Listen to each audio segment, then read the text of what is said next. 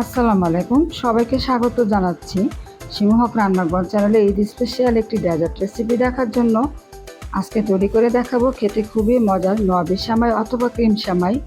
ঈদে অথবা যে কোনো অকেশনে তৈরি করতে পারেন এই নবাবী সেমাই অথবা ক্রিম সেমাই। আশা করি রেসিপিটা সবার ভালো লাগবে। তাহলে দেখে নেওয়া যাক এই নবাবী সেমাই অথবা ক্রিম সেমাইটা কীভাবে তৈরি করি।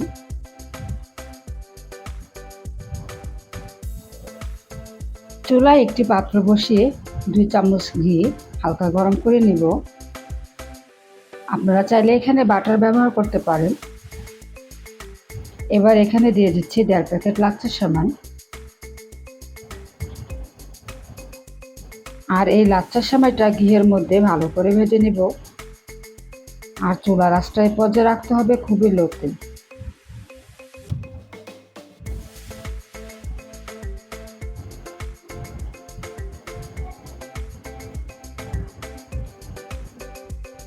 লাচ্ছা সেমাইটা ভাজা হয়ে গেলে দিয়ে দিব 1 কাপ পরিমাণ চিনি। চিনিটা দেওয়ার পরে চুলার আঁচটা আগের মতো লোতে রেখে সেমাইটার সাথে চিনিটা পুরোপুরি মিক্সড হওয়া পর্যন্ত আস্তে আস্তে ভাজতে হবে। চিনিটা দিবেন নিজেদের পছন্দ মতো। যেহেতু লাচ্ছা সেমাইটা এমনিতে খুব মিষ্টি, তাই চিনির পরিমাণটাও একটু কমিয়ে দিতে হবে।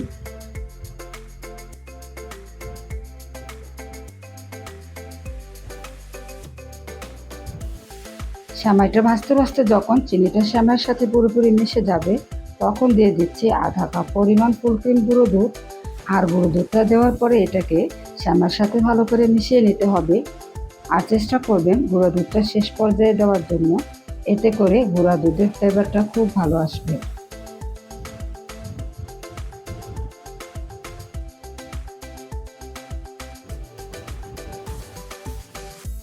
প্রায় 10-12 মিনিট ভাজার পরে কিন্তু সেমাইয়ের কালারটা দেখবেন একটু চেঞ্জ হয়ে গেছে আর চিনিটা গলে এর সাথে মিশে গেছে। তবে চিনি থেকে কিন্তু কোনো পানি ছাড়বেন না। এখন সেমাইটা চুলা থেকে নামিয়ে একটা পাত্রে ঢেলে নেব।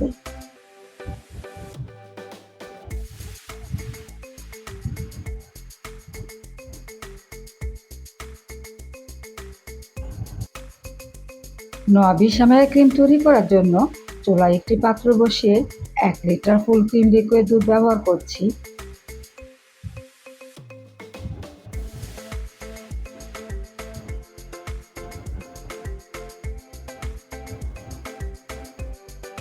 এবার দুধটা ঠান্ডা অবস্থায় ঘরে তৈরি 2 টেবিল চামচ কাস্টার্ড পাউডার ব্যবহার করছি। আপনারা চাইলে বাহিরের কেনা রেডিমেড কাস্টার্ড পাউডারটাও ব্যবহার করতে পারেন। আর কেউ যদি না ব্যবহার করতে চান, তাহলে তার বদলে 2 টেবিল চামচের মতো কর্নফ্লাওয়ার ব্যবহার করতে হবে। আর এখন দিয়ে দিচ্ছি 3 টেবিল চামচের মতো গুঁড়া দুধ। গুঁড়া দুধটা দেওয়ার পরে এই শুকনো উপকরণগুলিকে ভালো করে মিক্সড করতে হবে, যাতে কোনো রকম দলা পেকে না থাকে। অনবরত নেড়ে চেড়ে শুকনো উপকরণগুলিকে মিশিয়ে নেব।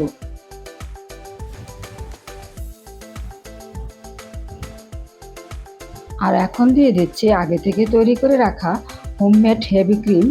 আর এই ক্রিমটাও আমি ঘরে তৈরি করে নিয়েছি। আপনারা চাইলে বাজারের কেনাটাও ব্যবহার করতে পারেন। তার সাথে দিয়ে দিচ্ছি 1/2 কাপ পরিমাণ কনডেন্স মিল্ক।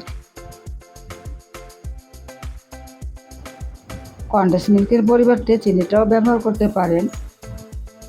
আমি চিনির বদলে কনডেন্স মিল্ক ব্যবহার করছি। এতে করে সেমাইয়ের টেস্ট ও ফ্লেভার দুটোই খুব ভালো আসবে।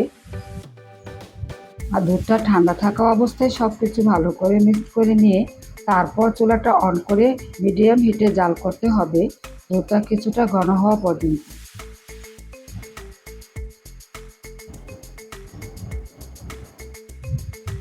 দুধের এই মিশ্রণটাকে ক্রিমি ভাব আনার জন্য 1 টেবিল চামচের মতো কর্নফ্লাওয়ার ব্যবহার করছি। এটাকে আমি আগে থেকে পানি দিয়ে গুলে রেখেছিলাম। আর এটার মধ্যে যেন কোনো রকম লাম্পস না থাকে, সেদিকে খেয়াল রাখতে হবে। আর দুধটাকে আমি এইভাবে নেড়ে ছেড়ে ঘন করে নেব।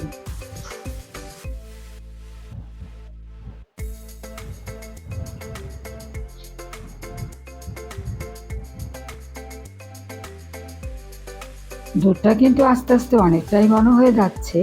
আর এই পর্যায়ে চুলার আঁচটা মিডিয়ামে রাখতে হবে। নিচ থেকে যেন না লেগে যায়। আর একটু সময় নিয়ে দুধটাকে আস্তে আস্তে জাল করে ঘন করে নিতে হবে। আর আমি দুধটাকে আরও কিছুক্ষণ জাল করে নিয়ে ঘন করে নেব। আর ঠান্ডা হয়ে গেলে কিন্তু এটা আরও ঘন হয়ে যাবে। এখন সেমাইয়ের লেয়ারিংয়ের স্টেপটা করার জন্য একটি পাত্রে প্রথমে ভেজে রাখা লাচ্ছা সেমাইয়ের কিছুটা দিয়ে দিচ্ছি, তবে খুব বেশি পুরো করে না।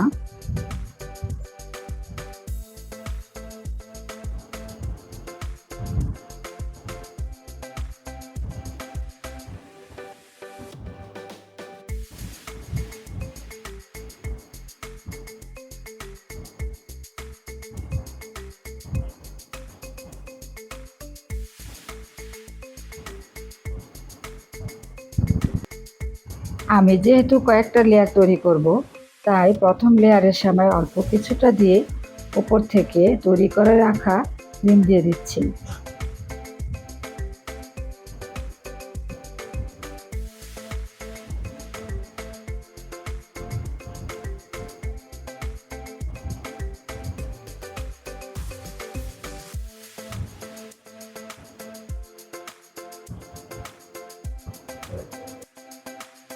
এখন আবারও দ্বিতীয়বারের মতো একই নিয়মে উপর থেকে ভেজে রাখা লাচ্ছার সেমাই আরেকটা লেয়ার স্টেপ দিয়ে দিচ্ছি।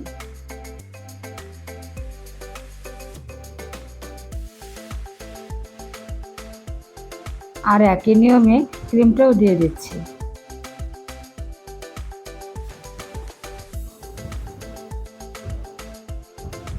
আর অবশ্যই পুরাটা লেয়ারে সেমাই আর যখন ক্রিমটা দেওয়া হবে সেই ক্রিমের লেয়ারও যেন সব দিকে ছড়িয়ে থাকে, সেটা খেয়াল রাখতে হবে।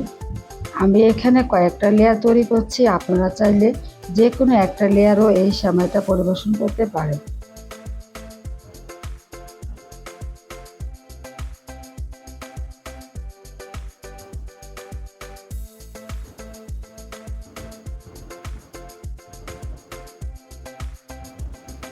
উপর থেকে শেষবারের মতো আবারও কিছুটা সেমাই লেয়ার করে দিচ্ছি।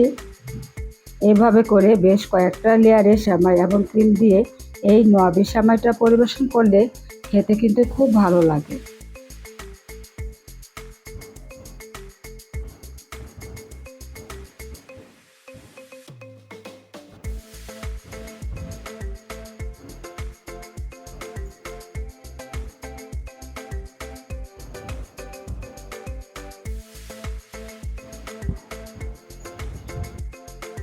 উপর থেকে এখন কিছুটা কাঠবাদাম দিয়ে দিচ্ছি। এখানে আপনারা পেস্তা বাদাম অথবা চীনা বাদামও দিতে পারেন।